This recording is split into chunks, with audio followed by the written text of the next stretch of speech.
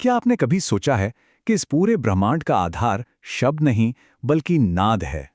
जो हम सुनते हैं, महसूस करते हैं और समझते हैं, उसके पीछे एक अदृश्य स्पंदन काम कर रहा होता है। इसी नाद का विज्ञान हजारों साल पहले हमारे ऋषियों ने सामवेद में बताया है। यह सिर्फ एक वेद नहीं, बल्कि मन, प्रकृति और ब्रह्मांड को जोड़ने वाला एक दिव्य सेतु है। स्वागत है आपका my wisdom diary YouTube channel में, जहां हम नाद के माध्यम से सनातन सत्य को अनुभव करेंगे। आज के इस गहरे विश्लेषण में हम सनातन धर्म और सामवेद के इसी साइंटिफिक पहलू को डिकोड करने वाले हैं। अब देखिए, सामवेद इस यूनिवर्स को सिर्फ मैटर या ठोस पदार्थों का ढांचा नहीं मानता। इसके अनुसार मूल आधार ध्वनि है, वाइब्रेशन है। यहीं से नाद ब्रह्म का कॉन्सेप्ट आता है। इसे दो हिस्सों में समझिए। पहला है आहत नाद, यानी वो आवाज जो दो चीजों के टकराव से पैदा होती है, जैसे हमारा बोलना या किसी गिटार का बजना। लेकिन दूसरा है अनाहत नाद, एक ऐसा मौन कॉस्मिक स्पंदन जो इस ब्रह्मांड के कण कण में लगातार चल रहा है। आज की क्वांटम फिजिक्स भी तो लिटरली यही मानती है ना, कि हर एक एटम वाइब्रेट कर रहा है। सामवेद दरअसल इसी आहत नाद यानी संगीत और मंत्रों के जरिए उस परम अनाहत नाद तक पहुंचने की एक बहुत ही साइंटिफिक सीढ़ी है। तो चलिए सबसे पहले बात करते हैं भाग 1 की, पाठ से नाद तक, यानी ऋग्वेद से सामवेद तक की इस अद्भुत यात्रा की। ऋग्वेद और सामवेद का जो कनेक्शन है ना, वो सच में बहुत ही शानदार है। इसे एक एनोलॉजी से समझते हैं। ऋग्वेद को आप किसी ओपेरा के बोल की तरह मान लीजिए, उसका दार्शनिक और बौद्धिक मूल। लेकिन सामवेद वो म्यूजिक है, वो धुन है जो उन शब्दों में जान डाल देती है। हमारे प्राचीन ऋषियों को ये बात बहुत अच्छे से पता थी कि चेतना को जगाने के लिए सिर्फ शब्द काफी नहीं है, उन्हें एक सही फ्रीक्वेंसी की जरूरत होती है। इसलिए सामवेद में ग्रामर या वाक्यों के अर्थ से ज्यादा ध्वनि और स्पंदन को अहमियत दी गई। यहाँ एक बहुत ही दिलचस्प बात सामने आती है। सामवेद के ज्यादातर मंत्र ऋग्वेद से ही लिए गए हैं, लेकिन उन्हें गाते समय एक खास तकनीक का इस्तेमाल होता है, जिसे स्तोभ कहते हैं। ये हाओ, होई जैसे कुछ एक्स्ट्रा शब्दांश होते हैं जिनका कोई डिक्शनरी मीनिंग नहीं होता। फिर इन्हें क्यों जोड़ा गया? क्योंकि प्राचीन विद्वानों का फोकस मीनिंग से ज्यादा परफेक्ट म्यूजिकल फ्रीक्वेंसी पर था। कॉस्मिक वाइब्रेशन के साथ सटीक तालमेल बिठाने के लिए उन्होंने शब्दों की संरचना तक को मॉडिफाई कर दिया। है ना कमाल की बात? अब सवाल ये है कि ये स्पेसिफिक वाइब्रेशन आखिर पैदा कैसे किया जाता था। देखिए, ये कोई आम गायन नहीं था। सामगान को उद्गाता पुरोहित 5 स्पेसिफिक स्टेप्स में गाते थे, प्रस्ताव से शुरू होकर निधन तक। हर एक स्टेप को इस तरह से डिजाइन किया गया था कि वो पूरे पर्यावरण में एक रेजोनेंस या अनुनाद पैदा कर सके। ये एनर्जी को सिंक्रोनाइज करने का एक बहुत ही व्यवस्थित तरीका था, जिससे आसपास का पूरा माहौल एक खास फ्रीक्वेंसी पर वाइब्रेट करने लगता था। अब आगे बढ़ते हैं हमारे दूसरे भाग की ओर, सप्तस्वर, संगीत के सुरों का विज्ञान। जरा इमेजिन कीजिए कि दुनिया में संगीत का विकास कैसे हुआ होगा। सामवेद हमें इसका एक पूरा इवोल्यूशनरी टाइमलाइन देता है। शुरुआत में मंत्र सिर्फ एक ही स्वर में गाए जाते थे, जिसे आर्चिक कहते हैं।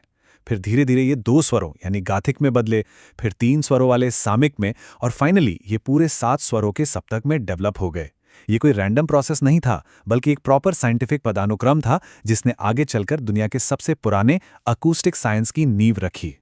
और आपको जानकर शायद हैरानी होगी कि जो प्राचीन वैदिक स्वर थे, जैसे कृष्ट, प्रथम, द्वितीय, वो आज के हमारे मॉडर्न भारतीय शास्त्रीय संगीत के सुरों यानी सा, रे, ग, म, प, ध, नी से सीधे तौर पर जुड़े हुए हैं। एक और बहुत ही डीप बात बताऊं, पारंपरिक रूप से सामवेद का गान अक्सर अवरोहण क्रम यानी डिसेंडिंग स्केल में होता था। ऐसा क्यों? क्योंकि प्राचीन काल में ही ये समझ लिया गया था कि डिसेंडिंग नोट्स हमारे नर्वस सिस्टम को बहुत तेजी से शांत और स्थिर करते हैं। यहीं से हम आते हैं अपने सबसे रोमांचक विषय पर, भाग 3, न्यूरोसाइंस और ध्वनि, सामवेद का हमारे ब्रेन पर असर। अगर हम प्राचीन वेदों और आज की मॉडर्न क्लिनिकल न्यूरोसाइंस को आमने सामने रखें, तो सिमिलैरिटीज लिटरली माइंड ब्लोइंग हैं। आज विज्ञान कहता है कि डीप और रिदमिक चैंटिंग हमारी वेगस नर्व को स्टिमुलेट करती है, जो शरीर के लिए एक नेचुरल रीसेट बटन की तरह काम करती है। ये हमारे ब्रेन को अल्फा या थीटा स्टेट में ले जाती है, बिल्कुल वही स्टेट जो गहरे ध्यान के वक्त होती है। मतलब हजारों साल पहले जो अनुनाद पैदा किया जाता था, वो असल में न्यूरल एंट्रेनमेंट की एक बहुत ही एडवांस टेक्निक थी। इसके फिजिकल बेनिफिट्स की लिस्ट तो और भी कमाल है। मॉडर्न स्टडीज कंफर्म करती हैं कि ये स्पेसिफिक फ्रीक्वेंसीज कॉर्टिसोल यानी स्ट्रेस हार्मोन को तेजी से कम करती हैं, ये ऑक्सीटोसिन और हैप्पी हार्मोन्स यानी एंडोर्फिन्स को बढ़ाती हैं। यहाँ तक कि मंत्रों की वो जटिल संरचना हमारे ब्रेन के लिए एक तरह की रेजिस्टेंस ट्रेनिंग का काम करती है, जो न्यूरोप्लास्टिसिटी को इम्प्रूव करती हैं। सीधे शब्दों में कहें तो सामवेद सिर्फ एक ग्रंथ नहीं है, बल्कि आज की इस भागदौड़ और तनाव से भरी फाइट और फ्लाइट लाइफस्टाइल का एक कंप्लीट वेलनेस मैनुअल है। चलिए अब देखते हैं कि इस ज्ञान को डेली लाइफ में कैसे उतारा गया। भाग 4, गान विद्या, मन और शरीर का सामंजस्य।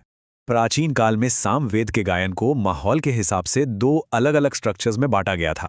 पहला था ग्राम गेय गान, जो गांवों और बस्तियों में गाया जाता था। ये धुनें बहुत सुरीली होती थीं ताकि कम्युनिटी को एक साथ जोड़ा जा सके। और दूसरा था अरण्य गेय गान, यानी जंगलों के गीत।